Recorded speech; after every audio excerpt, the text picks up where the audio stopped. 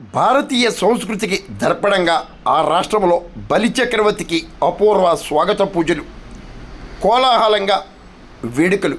మరి మీకు తెలుసా?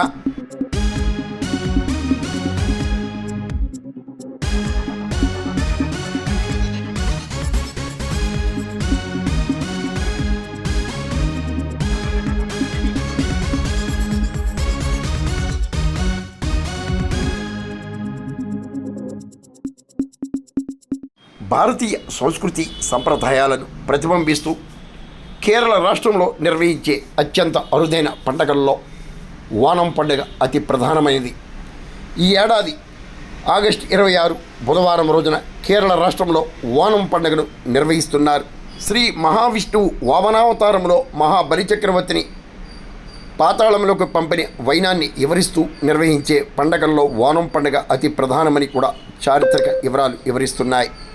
మలయాళ క్యాలెండర్ మొదటి నెల అయిన చెంగం ఆగస్టు సెప్టెంబర్ నెలలో ప్రతి ఏటా ఈ పండుగను నిర్వహిస్తుండగా ఈ ఏడాది ఆగస్టు 26న ఈ పండుగ నిర్వహించడం జరుగుతోంది. కేరళ ప్రాంతాన్ని పాలించిన రాక్షసరాజు మహాబలిచక్రవర్తి ప్రతి ఏటా తన ప్రజలను చూసేందుకు పాతాళలోకం నుండి భూమిపైకి తిరిగి వస్తాడని ఆ ప్రాంత ప్రజలు ప్రగాఢ విశ్వాసం. అందుకోసం ఇక్కడ ప్రతి ఏటా బలిచక్రవర్తికి స్వాగతం పలుకుతూ వేడుకగా ఈ ఉత్సవాలను నిర్వహిస్తారు. ప్రజలు తమ తమ ఇళ్ల ముందు వివిధ పూలతో రంగవల్లులను అలంకరిస్తారు.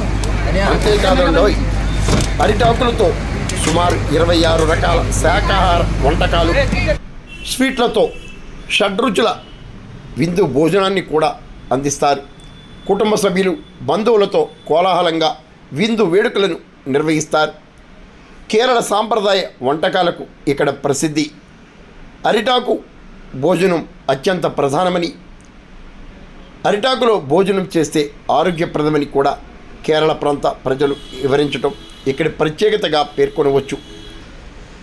సుమారు 26 రకాల షడ్రుచులతో అందించే ఈ భోజనాన్ని ఓణం సంధ్య అని కూడా వ్యవహరిస్తారని కేరళ ప్రముఖులు వివరించారు.